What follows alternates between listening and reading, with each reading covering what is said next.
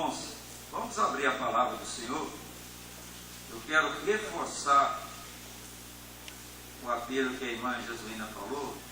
Abra sua Bíblia no Evangelho de Marcos, capítulo 10. Marcos, capítulo 10, versículo 9. Marcos, capítulo 10, versículo 9. Assim que você achar, se coloque de pé.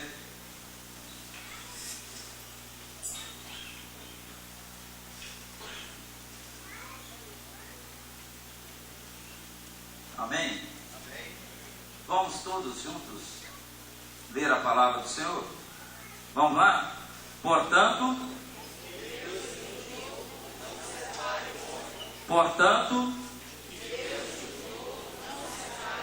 mais forte, portanto, podeis assentar, por favor. Deixa eu te falar uma coisa. Aquilo que Deus ajuntou, que o homem não separe. Se tem uma coisa que Deus ajuntou e que o homem não pode separar, é separar a palavra de Deus da oração. A palavra e a oração, elas precisam andar juntas. Então, no dia 12, você que ama a palavra, deveria tirar uma hora para investir um tempo de oração. Porque a Bíblia diz que aquilo que Deus ajuntou, não separe o homem. Tem pessoas que erram. De que maneira? Tem pessoas que leem muito, mas não oram. Tem pessoas que oram muito, mas não lê. Então fica distorcido. Que Deus ajuntou, não separe o homem. A palavra e a oração, ela precisa andar junto. E eu tenho certeza que através dessas orações Deus tem trabalhado. Nós precisamos orar pelo nosso país, nós precisamos orar pela nossa nação. Então, separe um horário, esteja aqui dia 12 e nos ajude nessa corrente de oração em prol do nosso país. Domingo à noite, no nosso culto da família, vai estar conosco aqui aquele cantor Gerson Rufino. Nós já havíamos agendado com ele desde o congresso que nós fizemos ali, juntamente com o Robinho. Ele queria vir no mês passado, numa terça-feira, mas como nós tínhamos ato profético, nós não fomos possível trazê-lo. Agora ele já vai estar aqui em Valadares para esse dia, então nós abrimos agora esse domingo para que ele possa estar aqui adorando a Deus e compartilhando conosco aquilo que Deus tem feito na sua vida. Amém? Hoje é um culto que nós vamos falar da... Eu só quero te fazer uma pergunta antes de ministrar. E essa pergunta é só você que pode responder. Você tem certeza que Jesus está dentro da sua casa? Sim ou não? Não ouvi.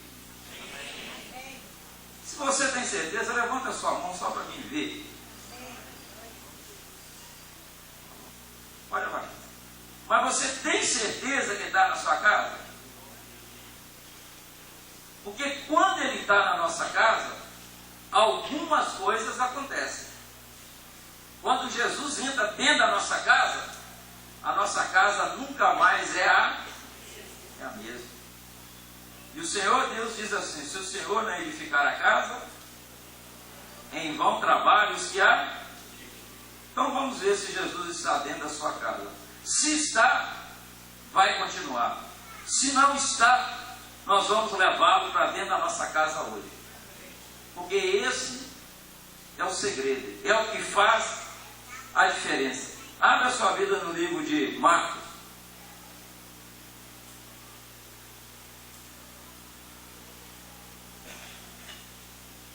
Marcos capítulo 2.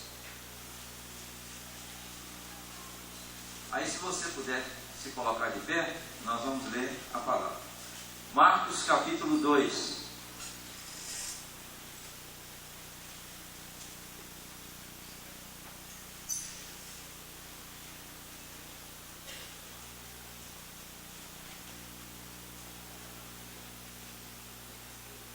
Eu poderia fazer a segunda pergunta antes de ler.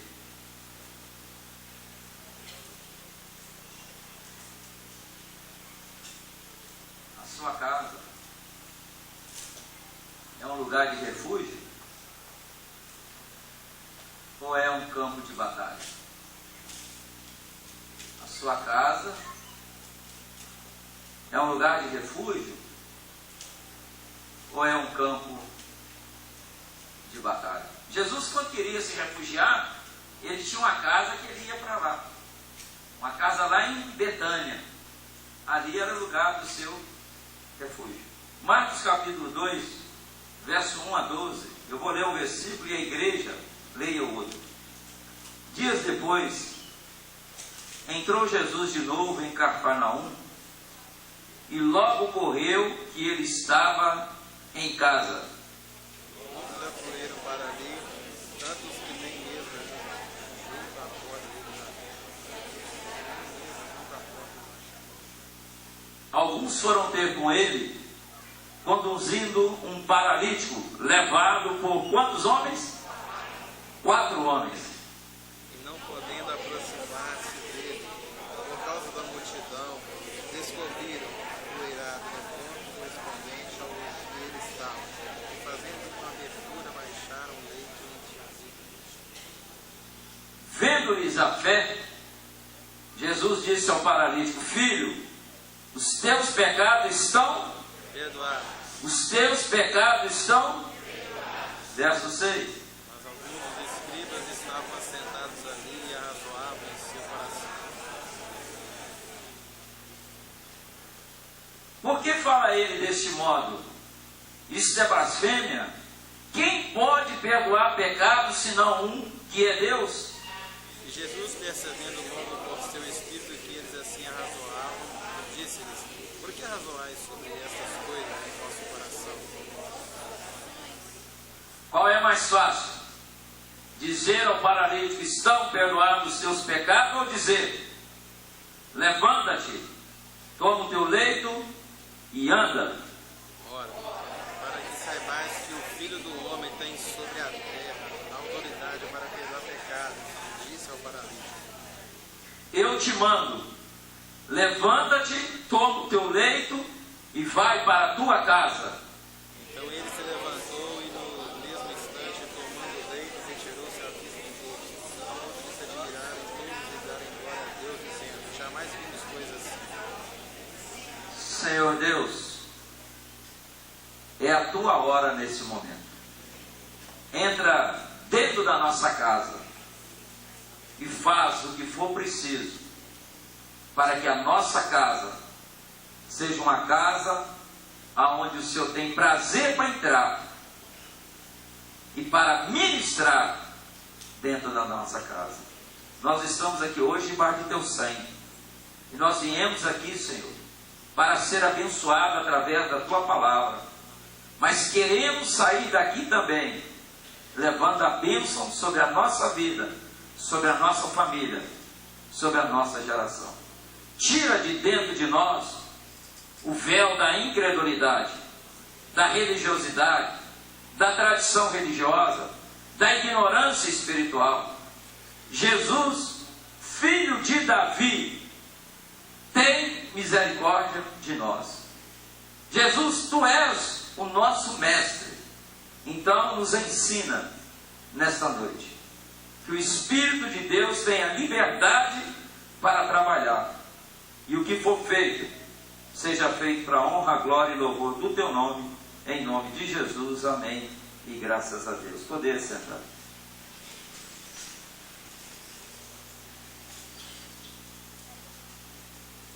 O verso 1 diz assim: dias depois, entrou Jesus de novo em Cafarnaum, e logo ocorreu que ele estava em casa. Jesus agora, ele adota a cidade de Cafarnaum para ser a sua própria morada. Tudo indica que ele esteja aqui na casa da sogra de Pedro. E quando Jesus vai para ali, a intenção dele era descansar. A intenção dele era repousar. o Evangelho de Lucas, você vê que o pessoal da Galileia, da Judéia, de Jerusalém, os escribas, os líderes religiosos, eles foram todos lá para aquela casa, porque sabia que o Senhor Jesus estava ali, porque logo correu a notícia: olha, o mestre da Galileia, ele está em Cafarnaum. E todos foram lá para poder vê-lo, não somente para vê-lo, mas foram lá também para confrontar a pessoa do Senhor Jesus. Principalmente os escribas, os líderes religiosos, eles queriam ver a doutrina que ele estava pregando. Eles queriam ver qual era o ensinamento do mestre. Tanto é verdade que essa casa não comportou da quantidade de pessoas que foram para ver. Outra coisa, quando Jesus está na nossa casa, as pessoas têm prazer de ir na nossa casa. Agora, dentro da nossa casa, nós precisamos ter algo que atrai a pessoa do Senhor Jesus. E o que atrai a pessoa do Senhor Jesus é o Espírito Santo de Deus. Jesus não vai aonde ele é tolerado. Jesus vai onde ele é adorado. Jesus, ele só entra onde ele é convidado. E é interessante que quando você lê esse capítulo 2 de Marcos e chega até no capítulo 3, versículo de número 12, você vê aqui que Deus, na pessoa de Jesus, oferecem para aqueles que creem 3 bênçãos, 3 presentes, 3 dádivas. Primeiro, quando nós lemos aqui do verso 1 ao 12, ele libera o perdão para aquele homem que estava enfermo. Do versículo 13 ao versículo 23, ele vem trazer satisfação para aquelas pessoas. Do versículo 23 até o capítulo 3, versículo 12, ele vem trazer liberdade. E eu quero crer que nessa noite não será diferente. Deus está liberando perdão. Deus está trabalhando no meu coração, no seu coração. Mas Deus está trazendo satisfação. Deus está trazendo nessa noite também liberdade. Nós precisamos fazer com que a nossa casa se torne uma embaixada do nosso Senhor e Salvador Jesus Cristo. Essa embaixada onde você entra e você é bem tratado. Mas na embaixada você fala coisa do seu país. E dentro da nossa casa nós temos que falar do reino de Deus. É muito importante quando você entra numa casa e que ninguém precisa falar. É muito importante quando você entra numa casa e tem uma palavra escrita nessa casa que fala por você. Eu fui orar numa casa e a mulher estava falando comigo dos problemas de dentro da casa dela. E Deus falou comigo assim: preste atenção nessa casa. Você não vai encontrar um versículo da minha palavra. E eu falei com a mulher assim: a senhora não se incomoda de ungir a casa toda da senhora? Ela disse: não. Então eu ungi. Olhei, eu falei assim: tem uma coisa faltando na casa da senhora. Ela disse: faltando? É. Mas o que falta aqui? Eu não vi nenhum versículo bíblico na casa da senhora. Se a senhora for na casa do judeu ou lá na empresa do Jean, a senhora vai ver que tem um versículo bíblico lá. A senhora verá isso. Deus falou que é para nós colocar a palavra dele. Há uma necessidade de nós colocarmos a palavra. Há uma necessidade da nossa casa ser um lugar de oração. E a casa que Jesus entra, ela nunca mais continua sendo a mesma casa. A diferença que faz na nossa casa é quando Jesus entra dentro da nossa tenda. É quando ele entra dentro da nossa casa. E aí sim, ele opera sinais, prodígios e maravilhas. Ele entrou nessa casa agora. E ele encontrou uma casa que deu todas as condições favoráveis para que ele pudesse trabalhar. Dá uma olhada comigo no versículo de número 2. Muitos afluíram para ali, tantos que nem mesmo junto à porta eles achavam lugar, e anunciava-lhes a palavra. Jesus diz assim: quando eu for ao céu, eu atrairei todos a mim mesmo, e aquele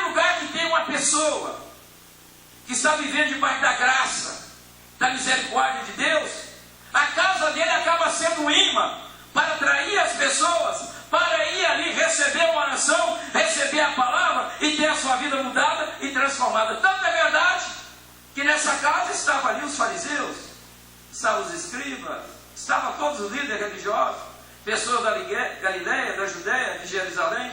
As pessoas vinham porque sabia que Jesus estava ali.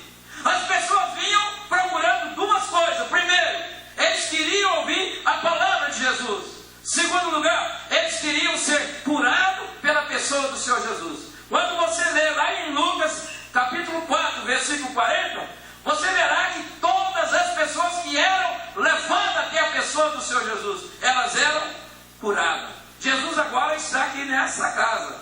E dentro dessa casa, Ele não está ali fazendo outra coisa a não ser pregar a palavra. Aqui dentro dessa casa, Ele se encontra como um pregador. E eu não sei se lá na sua casa Jesus tem entrado como um pregador. Eu não sei se na sua televisão o que você assiste, mas a nossa casa precisa ser um lugar onde o Senhor Jesus tenha liberdade para pregar a palavra. Verso 3: alguns foram ter com ele, conduzindo um paralítico, levado por 4 homens. Repita para mim: 4 homens. Diga para o seu irmão do lado a necessidade que você tem de ter pelo menos 4 amigos para carregar o seu caixão, e o meu também, e o nosso também. Há uma necessidade de ter pelo menos 4 amigos. E quando eu falo em 4, eu estou falando no Evangelho de Mateus, Marcos, Lucas e no Evangelho de João. E a Bíblia diz que Jesus é o nosso Senhor, mas é também o nosso amigo. Esses 4 homens aqui são 4 homens que fizeram a diferença. Por que fizeram a diferença? Primeiro, eles sabiam quem era Jesus. Eles sabiam aonde Jesus estava, ficava dentro da igreja. Eles sabiam que Jesus opera sinais, prodígio e maravilha. Eles não estavam satisfeitos com a enfermidade do amigo. Eles sabiam que quando vai até Jesus, Jesus opera sinais, prodígio e maravilha. E é o que Deus vai fazer aqui nessa noite. Sinais, prodígio e maravilha. E amigos são como árvores. A árvore, quando você olha para ela, ela está sempre de frente para você. E aí eu começo a analisar o versículo 4 e eu começo a extrair algo desses 4 amigos, que diz no verso 4 assim: e não podendo aproximar-se dele por causa da multidão, descobriram o eirado no ponto correspondente ao em que ele estava, e fazendo uma abertura, baixaram o leito em que jazia o doente. 4 homens que quando chega até a casa, eles encontram um impedimento. Primeiro impedimento, a multidão. Segundo impedimento, o obstáculo que eles tinham para colocar esse homem diante do Senhor Jesus. Mas nós temos que aprender uma coisa: obstáculo é para realçar a nossa vitória. Obstáculo não se contorna, mas obstáculo precisa ser vencido. Todo obstáculo que você não vence, ele se torna um gigante da sua alma. Daí a necessidade de você vencer obstáculo. E para vencer obstáculo, precisa ter essas características que nós podemos ver nesses 4 homens. Quais são as características? Que tipo de pessoas são aquelas que fizeram aquele trabalho de abrir o buraco e levar os paralíticos até a pessoa do Senhor Jesus? Mas eu quero introduzir uma segunda pergunta. Eles fizeram esse milagre, por exemplo, no culto da noite. Agora eu pergunto a você, depois daquele milagre, quem é que foi e fechou o telhado?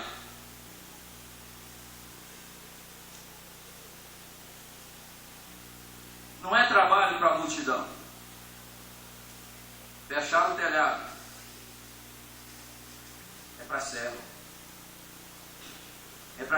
coração de servo. É muito bom uma festa, mas quando acaba a festa, quais são as pessoas que vão estar ali para nos ajudar? Nós tivemos, Edmar, uma festa de formatura do Seminário Bíblico Bereano. E eu fiquei até o final. E no finalzinho, um irmão que já está na glória, acabou ali e liberou para limpar ele sozinho. Foi em mesa por mesa, com seu terno, era um que recebeu o diploma, e ele ali juntava a toalha, dobrava tudo direitinho, com todo carinho. E ali Deus me mostrou que aquele rapaz era um diácono, não na porta da igreja, mas era um diácono a serviço da causa de Cristo. Tem coisa que nós fazemos e o homem vê, e tem coisa que nós fazemos que o homem não vê, mas Deus vê. Fica com a segunda, deixa Deus ver, e não preocupe se o homem está vendo ou não. Característica desses homens: primeiro, pessoa para levar aquele paralítico, abrir o eirado, telhado, descer, colocar até aonde está o Senhor Jesus. São pessoas que têm preocupação com os outros. A Bíblia fala de um homem naquela estrada que liga Jerusalém a Jericó, que ele foi assaltado, roubado e maltratado. A Bíblia diz que o sacerdote, aquele que é responsável de ministrar na casa de Deus, aquele que é responsável de transmitir a palavra, de ser o representante de Deus aqui na terra, ele viu o homem caído e ele passou de largo. Desceu o levita, aquele que canta na casa de Deus, que foi um povo separado por Deus, mas ele também passou de largo e não deu ouvido. Mas a Bíblia diz que vinha um samaritano que parou o seu serviço, que interrompeu a sua jornada, não para ver o irmão caído, mas ele viu naquilo ali uma oportunidade de abençoar aquele que está próximo.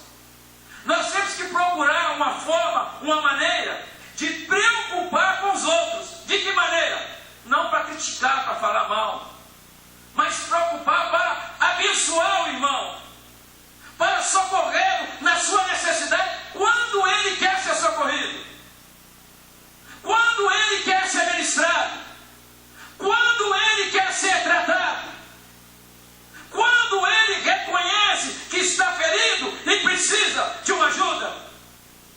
Aquele homem não se preocupou consigo, ele não olhou para dentro de si, ele não era sacerdote, ele não era levita, ele seguia o seu caminho. Ele pegou aquele homem porque ele não queria desperdiçar a oportunidade de servir o seu irmão. Pessoas preocupadas com os outros. Lembra de Rebeca? O homem chegou lá com 10 camelos e ela tirou água para o homem e tirou água para os 10 camelos, aproximadamente 1.200 litros de água. Pessoas que querem aproveitar a oportunidade para ajudar aquele que está próximo. Esses 4 amigos verdadeiramente eram amigos. A única preocupação deles era ajudar um amigo que estava de cama. Uma outra coisa que eu aprendo aqui, característica desses homens: pessoas que têm o espírito de cooperação. Presta atenção, não era 4, um segurando do lado, outro do outro, um do lado, do outro. E se um desistisse? A obra ficaria paralisada. Esses 4 aqui não. Eles tinham o espírito de colaborador. Eles poderiam dizer: ele está muito gordo, ele inchou demais, vamos deixar. Quem sabe hoje não é o dia, olha a multidão que está ali. O pastor, ele vai virar no arranque, o diácono muito mais ainda. Nós vamos fazer um buraco lá no telhado, vamos deixar isso para lá. Seria muito bom se cada um de nós tivéssemos a consciência E nós precisamos um dos outros. Essa obra de Deus, ela é muito grande. Ninguém consegue fazer uma obra para Deus sozinho. E o princípio dessa obra é a união. E quando nós trabalhamos nessa união, você pode ter certeza que o trabalho vai ser um trabalho vitorioso. O Senhor Jesus falou: Pedro, lança a rede ao mar. Não estava só Pedro. Tiago, João, os filhos de Zebedeu estavam com ele. Tiago, Pedro, então, lança a rede. E a Bíblia diz que o barco quase afundou, em função da quantidade de peixes que havia sido pescado. E naquele exato momento, Pedro dá um sinal para aqueles que estavam na praia aí, para poder ajudá-los. Mas aquilo ali é um mover de Deus, mostrando que essa obra é uma obra participativa e que todos nós precisamos fazer parte da melhor maneira possível para que o nome do Senhor seja glorificado, para que o nome do Senhor seja exaltado. Aí eles foram lá e ajudaram com um barquinho a trazer os peixes para ele. Outra coisa que eu vejo nesses 4 homens: pessoas que têm a fé firme de que a única resposta para o sofrimento, para o problema daquele homem, era a pessoa do nosso Senhor e Salvador Jesus Cristo.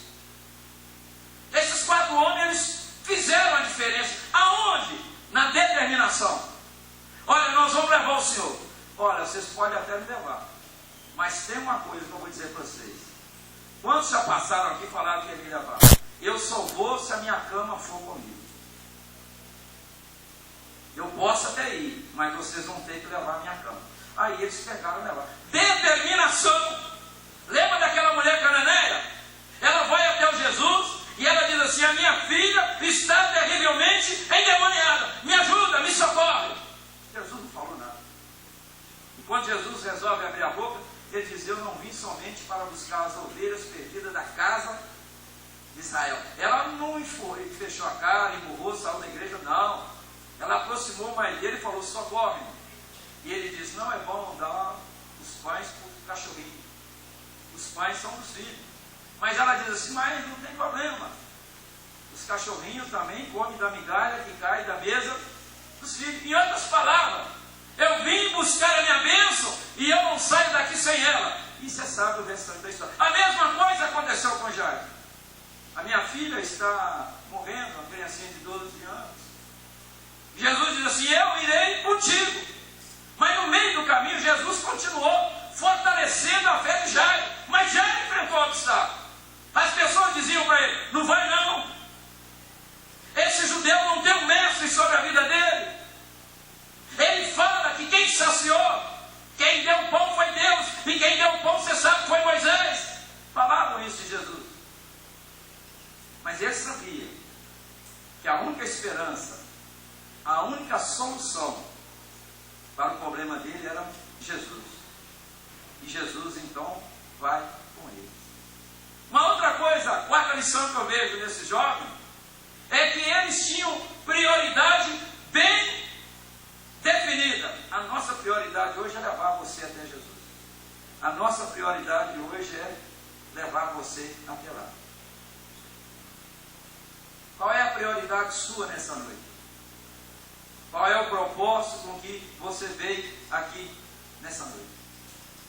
E quando Jesus vê a fé desses 4 homens, olha o que diz no verso 5. Vendo-lhes a fé, Jesus disse ao paralítico: filho, os teus pecados estão... Não ouvi. Filho, os teus pecados estão... Filho, os teus pecados estão... Responde para mim com toda sinceridade.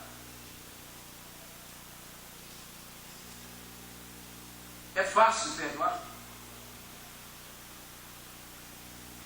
Eu fiz uma pergunta. É fácil perdoar? Pergunta a José do Egito se é fácil. em Gênesis, você vê 5 capítulos que ele passou chorando para poder perdoar.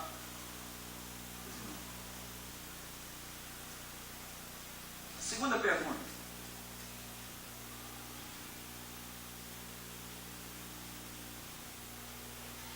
Nós temos condições de perdoar as pessoas?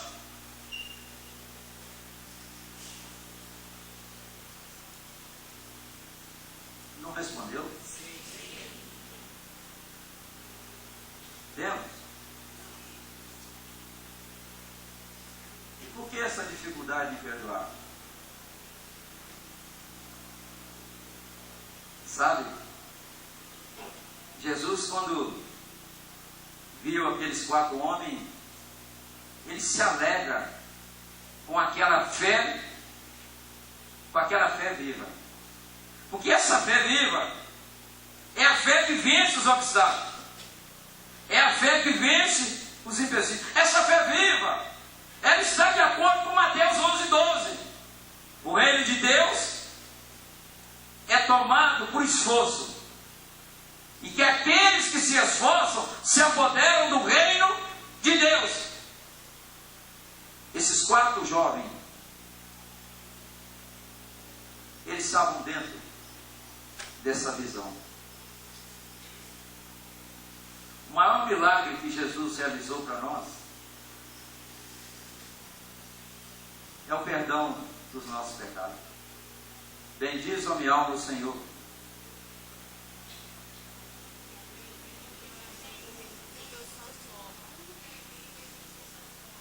Bendiz, ó minha alma, o Senhor. O que mais?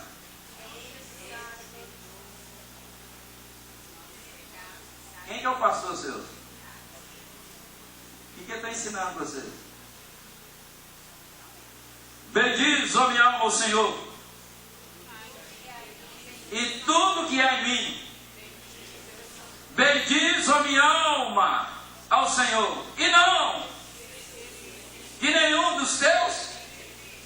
É Ele quem perdoa todos. Todos. Repita, todos. Fala com seu irmão aí. Deus perdoa todos os nossos pecados. O maior milagre é o perdão dos nossos pecados, que supre a nossa maior necessidade, que custou um alto preço, o sangue do Cordeiro, e que traz a maior das bênçãos e os resultados mais duradouros. É o perdão. Abra sua Bíblia em Marcos capítulo 11. Você falou comigo que nós temos condições de perdoar, sim ou não? Marcos 11, 26.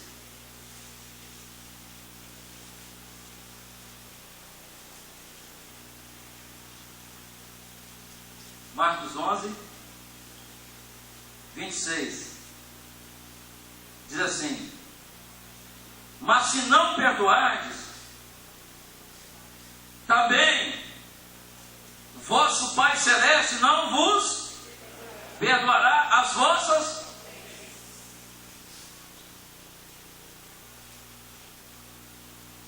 Posso te fazer uma pergunta? Você disse para mim sim ou não? Posso ou não?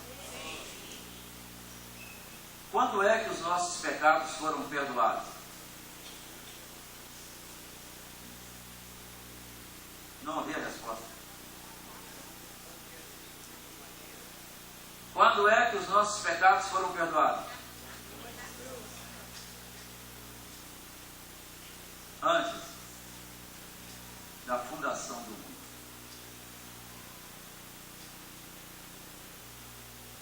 Sabe? Abra sua Bíblia ainda em Mateus capítulo 6. Ei, deixa eu te falar uma coisa. O que eu quero te falar, você presta bem atenção. O pastor Amerito falou que pode pecar. Eu não estou falando isso. Mas eu quero que você aprenda uma coisa. Os nossos pecados estão no presente, no passado ou no futuro? Os nossos pecados estão no presente, no passado ou no futuro? Se você pecar daqui a 20 anos, seu pecado está perdoado por Deus? Sim ou não? Os nossos pecados, eles estão no passado, no futuro, melhor dizendo. Desculpa. Os nossos pecados estão no futuro. Aquela pessoa que vai nascer daqui a 100 anos, quando ela pecar e se arrepender, o pecado dela está perdoado. A obra que Deus fez, a obra que Jesus fez, foi para sempre. Ele levou sobre si. Ele carregou os nossos pecados. Na cruz nós fomos julgados e fomos condenados. Mas ele se predispôs a vir e morrer antes da fundação do mundo.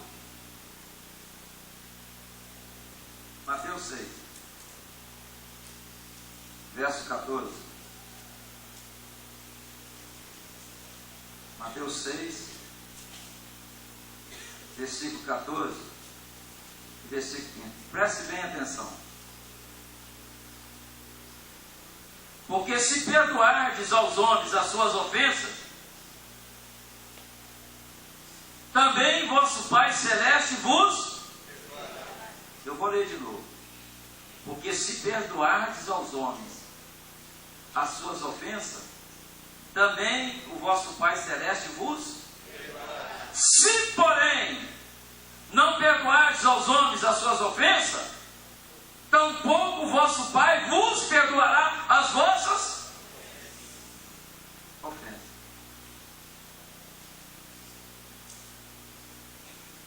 Caminha aqui em Efésios, capítulo 4.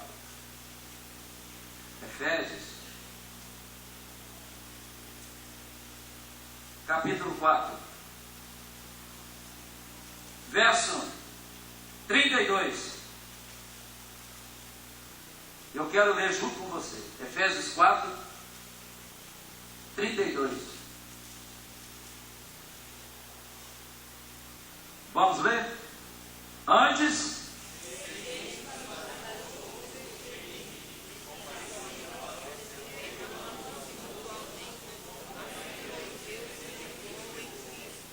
Presta bem atenção nesse versículo. Sede uns para com os outros benignos, compassivos, perdoando-vos uns aos outros. Amém? Amém? Agora vem aqui no finalzinho. Como também Deus em Cristo vos perdoou. Colossenses 3,13. Colossenses 3,13.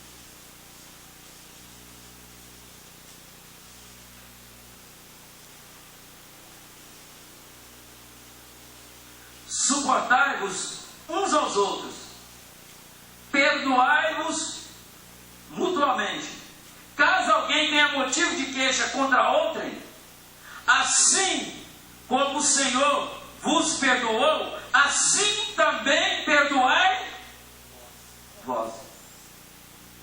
Deixa eu te falar.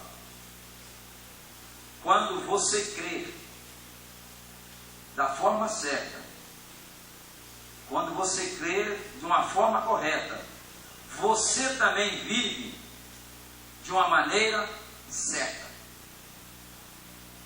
Deixa eu te falar outra coisa. Se Deus não tivesse nos perdoado, nós não teríamos condições de perdoar ninguém. E aí, eu preciso aprender que Deus nos perdoou primeiro, para nos capacitar a perdoar os outros. Primeiro Deus me perdoa, depois Ele trabalha dentro de mim, depois Ele me capacita, depois Ele nos capacita para que nós possamos perdoar os outros. Se Deus não trabalhar isso dentro de nós, você preste atenção. Você já viu pessoas decisão: eu morro, mas eu não perdoo esta pessoa. Quando ela vem para a igreja, aceita Jesus, qual é a primeira coisa que ela faz? Liberar perdão. Por que ela liberou perdão? Porque ela foi perdoada por Deus. E aí, quando Deus nos perdoa primeiro, Ele nos capacita para que nós possamos perdoar as outras pessoas. É por isso que nesse capítulo de Marcos, capítulo 2, você verá que aqui em 4 versículos, ele fala sobre perdão. Versículo 5, versículo 7, versículo 9, versículo 10. Agora escuta aí.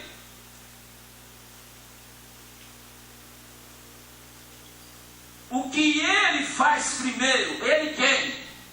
Deus. O que ele faz primeiro nos capacita para fazer pela segunda vez. O que ele faz primeiro, eu só consigo amar porque ele me amou primeiro. Eu não sei se você está entendendo, mas eu só consigo fazer aquilo que ele fez primeiro na minha vida. Pastor, a sua casa, pergunto eu, é um chão macio? Flui o perdão dentro da sua casa? As coisas estão amarradas? As coisas não acontecem? Essa é a necessidade de perdoar. Liberar perdão. Pedir perdão. Eu não estou sentindo nada. Perdão não é sentimento. Perdão é escolha. Ou você escolhe ficar debaixo da misericórdia de Deus, ou você entra debaixo do juízo de Deus. O pecado, o juízo, é sem misericórdia. Para quem não usou de misericórdia, a misericórdia triunfa sobre a justiça, a misericórdia triunfa sobre o juízo. Perdoar, assim como Deus nos perdoou, misericórdia. E se eu não perdoo, Ele também não perdoa, juízo sobre mim. É isso que nós temos que entender. Jesus agora ali, ele chega perto e fala com aquele paralítico: perdoado estão os teus pecados. Olha o que acontece no verso 6 a 8. Mas alguns dos escribas estavam sentados ali e arrazoavam em seu coração. Interessante que Deus conhece o coração.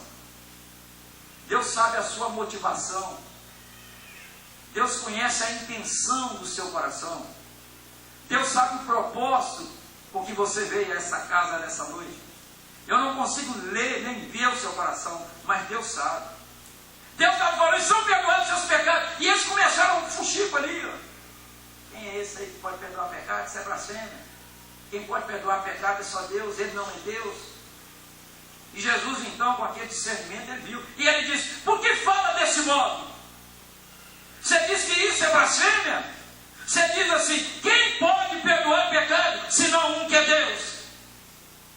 E Jesus, percebendo logo por seu espírito que eles assim arrazoavam, disse: por que arrazoais sobre essas coisas em vosso coração? Sabe, uma coisa que nós precisamos aprender aqui é ter discernimento dentro da nossa casa. Esse homem é um alcoólatra, um beberrão, ele é vítima. Você não precisa mandar ele embora de casa. Meu menino é um drogado, vou manda embora não, ele é vítima. Você tem que expulsar quem está por trás. Você tem que saber se é Deus que está falando, se é o homem que está falando, se é o diabo que está falando, ou se é a língua do povo. Tem que ter discernimento. A nossa casa, nós não podemos descartar as coisas igual temos descartado, não. A Bíblia diz que os filhos são herança do... Deus ia te dar uma herança podre, estragada, sim ou não? Não. Ele nasceu mexendo com droga? Também não. Ele nasceu bebendo? Também não. Ele nasceu prostituindo? Também não. Então tem o certo para ele. Teve para mim, teve para você.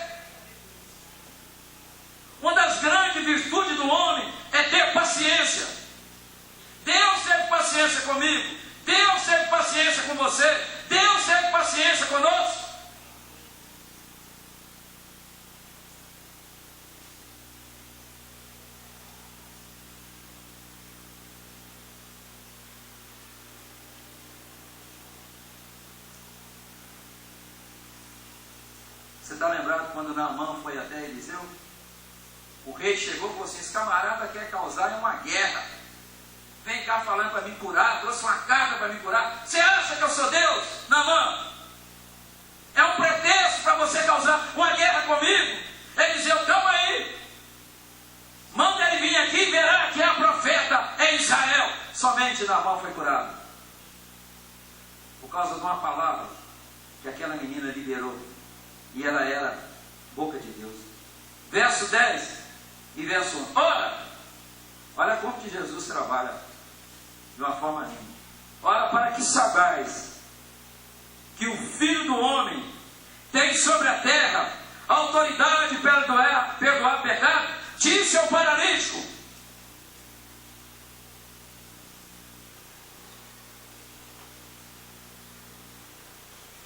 Quero voltar lá no verso 9.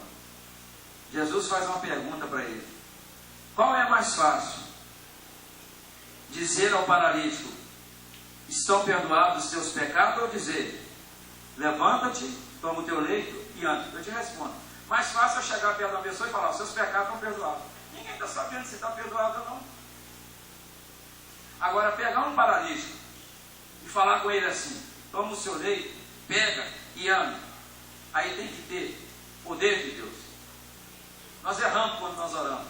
A nossa oração é assim: Senhor, dá-me sabedoria. Isso é interessante, é importante. Mas nós temos que pedir a Deus para nos dar também poder. Poder. O evangelho do reino é um evangelho de poder. Poder para trabalhar, poder para testemunhar, poder para Deus operar através da nossa vida. Jesus disse: que é o que é mais fácil? Dizer para ele que está perdoado? Ou falar com ele: levanta, toma o seu leito? Ei, mas eu quero dizer para você, eu não preciso provar quem eu sou. Eu sei quem eu sou. Quem não é que tem que provar. Mas Jesus diz assim: em questão de autoridade, eu vou dizer para você que eu tenho autoridade.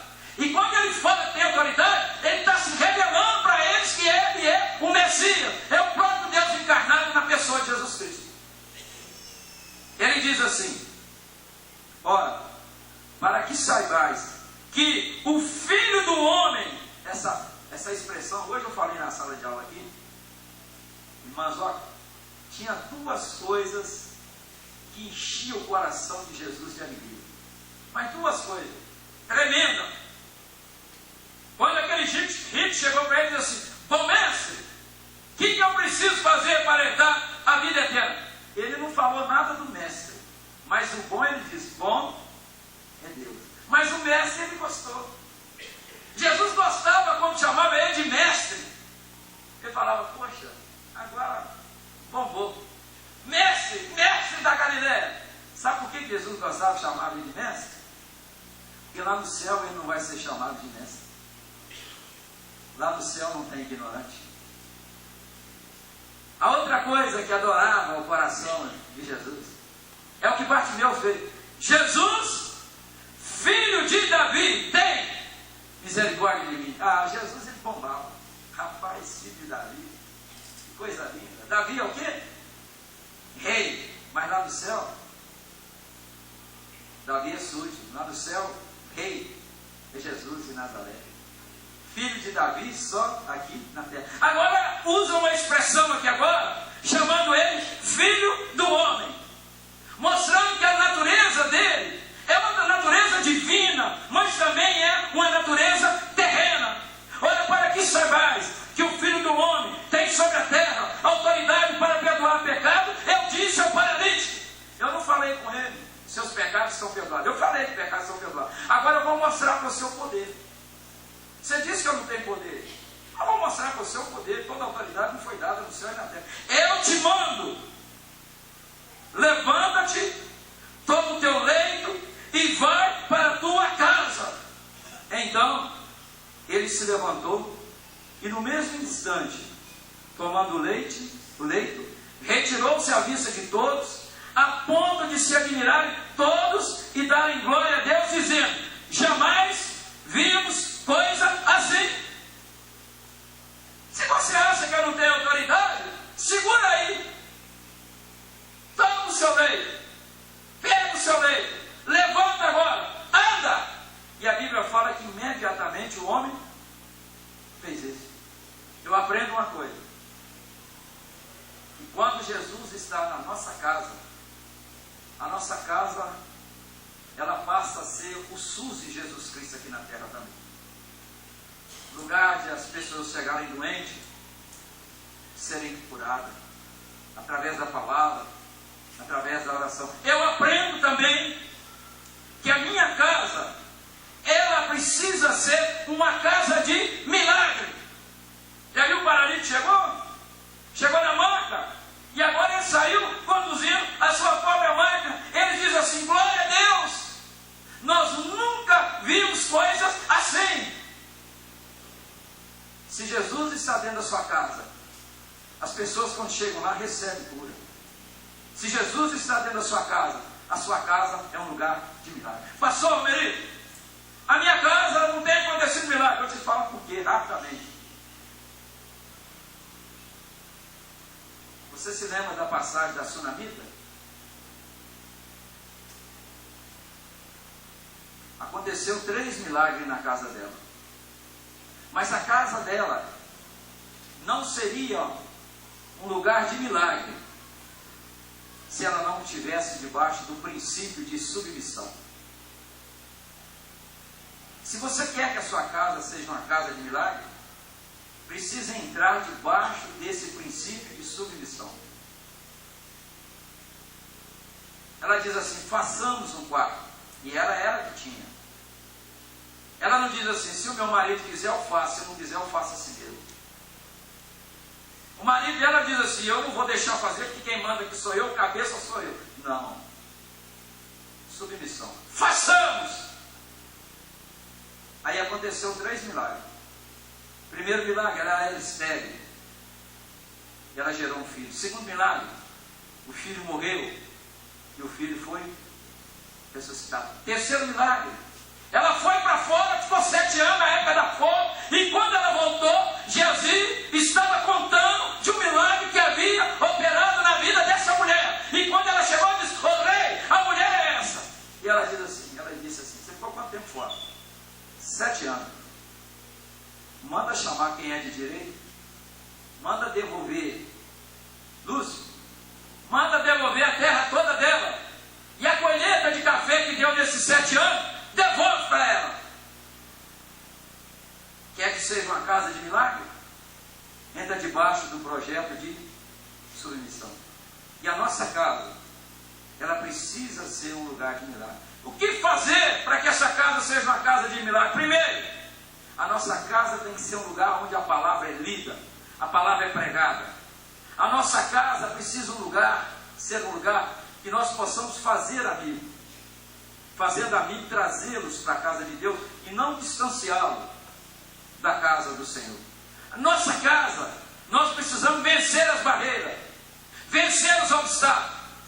O que está faltando para você é você sentar e conversar com a sua esposa. É sua esposa sentar e conversar com você. O que está faltando é você sentar e conversar com seus filhos. Está com medo de conversar com sua mulher? Está com medo de conversar com seu marido? Está com medo de conversar com seus filhos?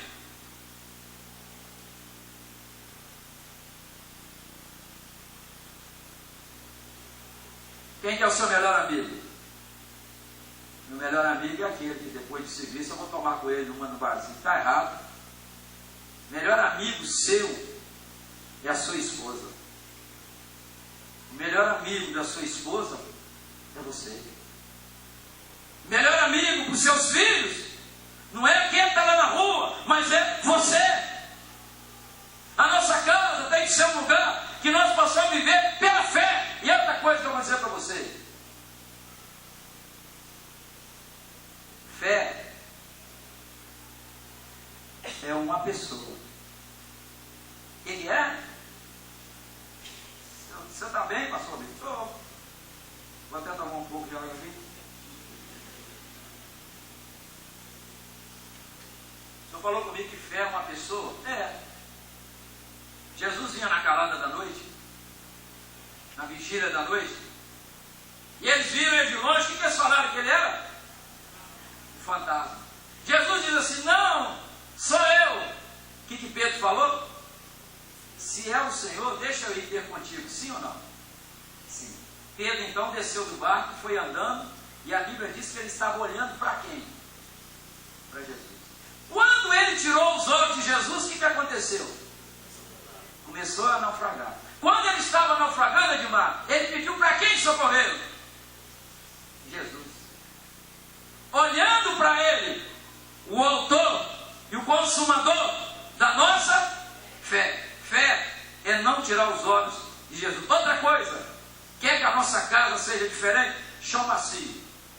Libera perdão, perdoa, pede a Deus para trabalhar dentro de você esse perdão, para que você tenha liberdade para poder operar. E outra coisa, a sua casa será um lugar que Deus vai operar milagre. Mas uma coisa precisa ser feita. Nós vamos até cantar essa música aqui, Totti, né? Para Jesus entrar dentro da nossa casa.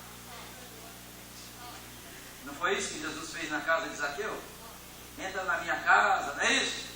Se Jesus não estiver na sua casa, ele vai entrar lá hoje. Medida que você estiver cantando, abrindo a sua boca, ele está entrando, está trabalhando. A sua casa nunca mais será a mesma. Você nasceu para ser vencedor. A sua casa é a embaixada de Jesus Cristo. A sua família é uma família bendita do Senhor. Aquilo que você tem, foi Deus que te deu. Porque a Bíblia diz que o homem não tem nada, se lá do céu não lhe for concedido. Feche seus olhos, eu quero orar.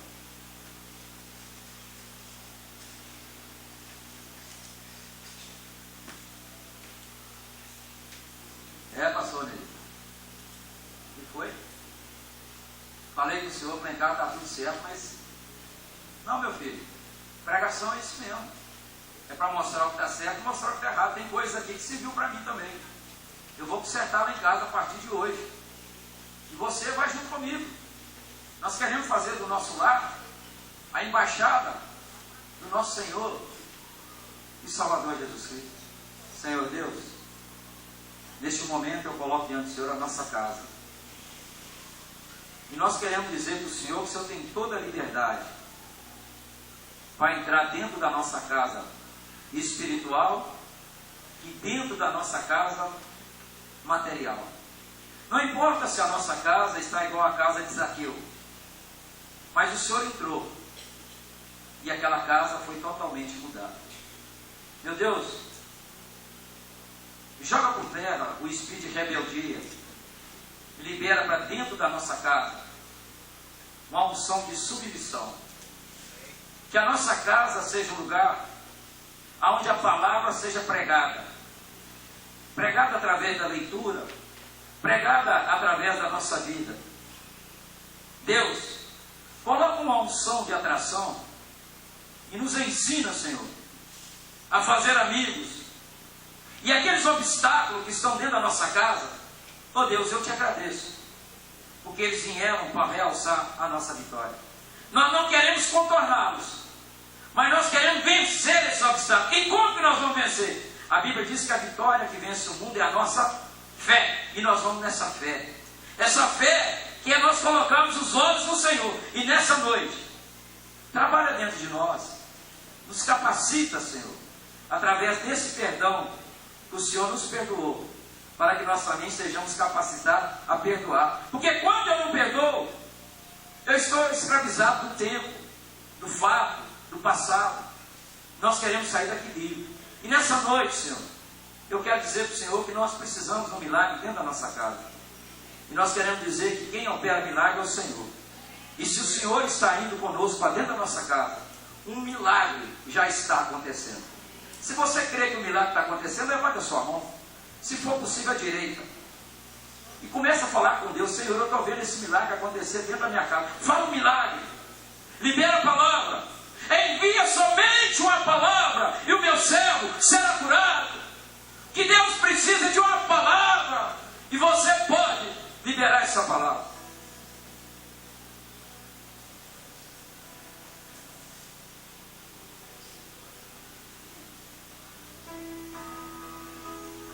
Jesus, nós queremos declarar aqui nessa noite que nós somos a justiça de Deus.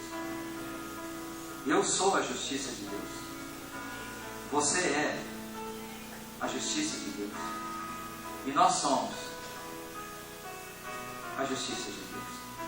Receba a sua bênção. Receba a sua vitória. Se coloque de pé. Cante com a sua alma. Cante com a sua alma. Abra a sua boca. Adore a Deus. Deixa ele entrar na sua casa. Convida.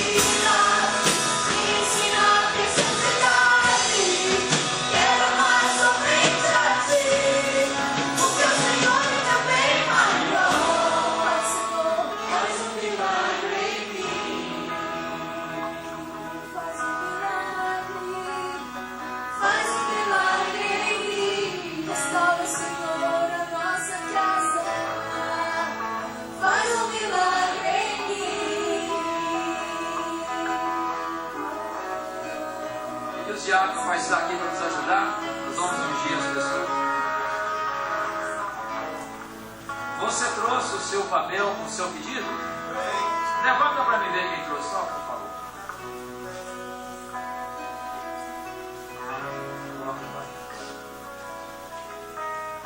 Você vai trazer o seu papel, vai colocar aqui, mesmo se você não trouxe. Você vem aqui à frente, nós vamos ungir-lo.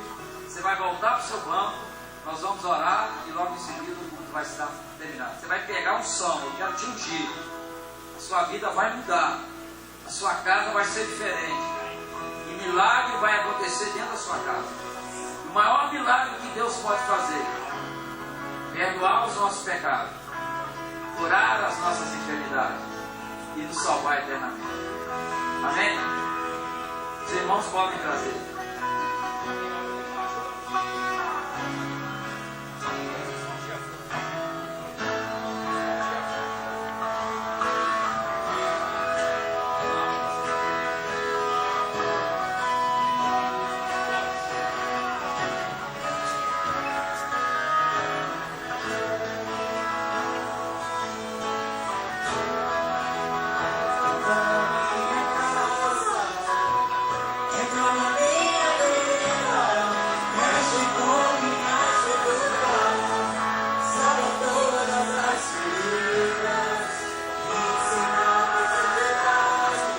Vem tomar posse da sua bênção.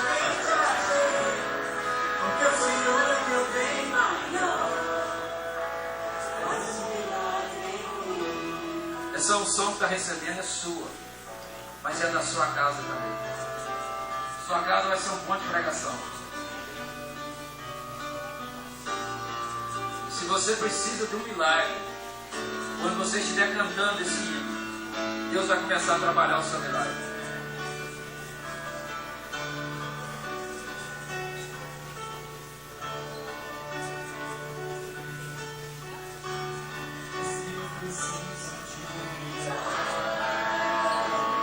É hoje o seu milagre. Transforma a minha vida, o meu estado. Faz tempo que eu não vejo a luz do dia. Estão tentando sepultar minha alegria.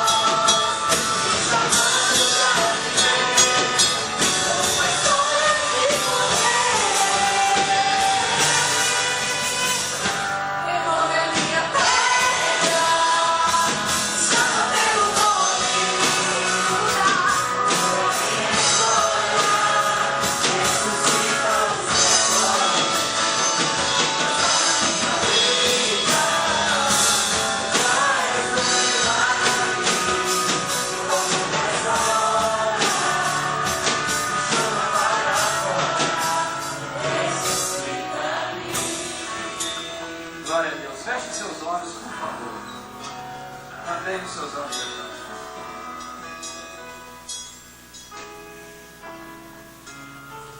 No terceiro domingo de dezembro, nós vamos ter o último batismo de 2015.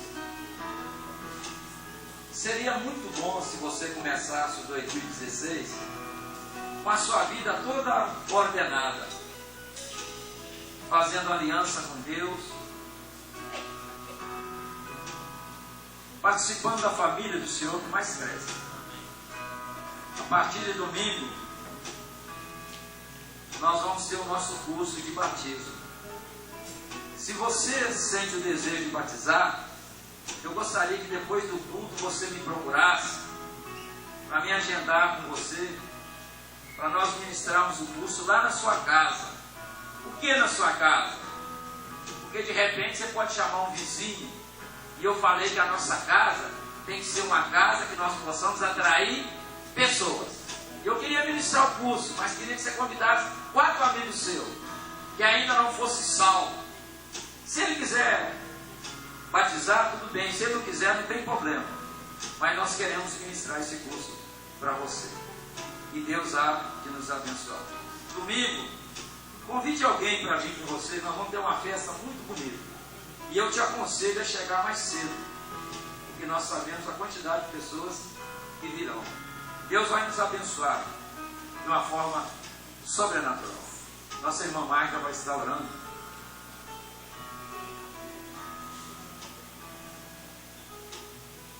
Glorificado, exaltado é o nome do Senhor Jesus. Glórias sejam dadas ao Pai, ao Filho e ao Espírito Santo.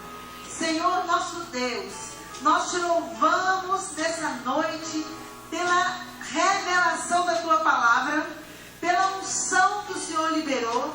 E no nome de Jesus, nós estamos saindo daqui, meu Deus, em nome de Jesus, com a visão ampliada, a visão aberta.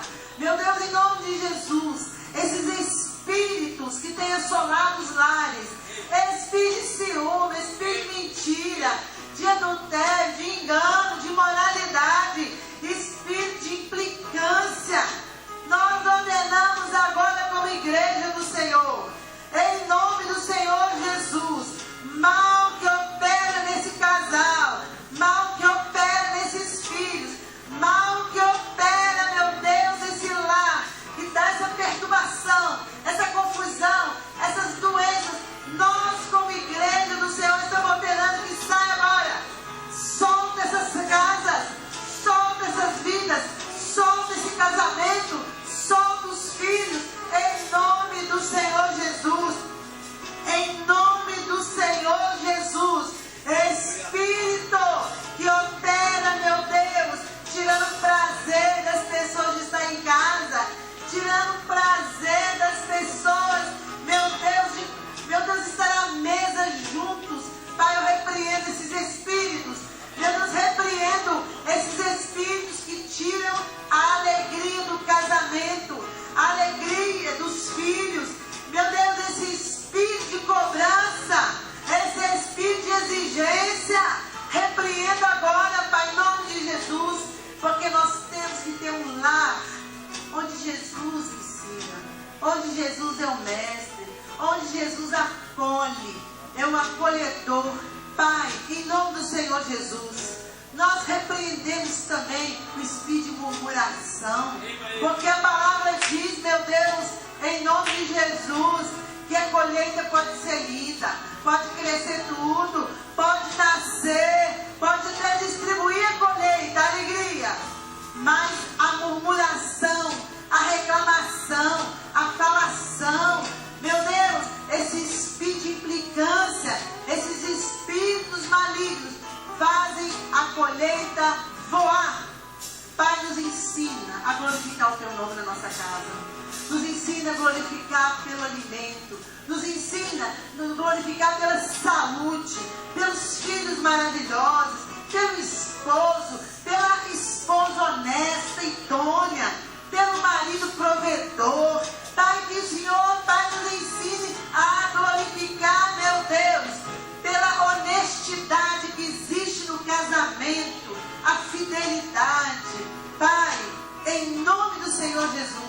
que nós saiamos daqui capacitados para enfrentar esses espíritos. Não é para brigar com o marido, com a mulher, com os filhos, não. É para identificar o espírito que está operando no nosso lar. O espírito que está fazendo com que os casais briguem, que os filhos fiquem com medo dos pais. Meu Deus, que os filhos ficam oprimidos de tanta exigência, de tanta confusão. Pai, em nome de Jesus, que o anjo do Senhor, aquele anjo, vai para a nossa casa agora. Aqueles anjos que começam a varrer essa casa com vassouras de fogo. E que nós vamos identificar, meu Deus, em nome de Jesus, todo espírito que se manifestar, através de intriga, de briga, de confusão, nós já estamos repreendendo aqui agora. Nós vamos sair daqui, meu Deus, aprendendo a lidar com o reino espiritual. E no nome de Jesus, Pai, nós louvamos o Teu nome. Louvamos, Pai, os ensinos que o Senhor tem passado para a Tua igreja. Em nome de Jesus. E que o amor de Deus, o nosso Pai, que a graça maravilhosa de Jesus de Nazaré, que o Espírito Santo que está dentro de nós, que nos ensina a ser sábios, inteligentes, ó Deus, misericordiosos, bondosos, que nós saibamos, através do Teu Espírito, lidar com as pessoas, seja com todo esse povo de Deus, abençoado, abençoador, em nome de Jesus, amém, e graças a Deus, aprove o Senhor, cumprimento o Senhor, amém, graças a Deus. Vamos embora.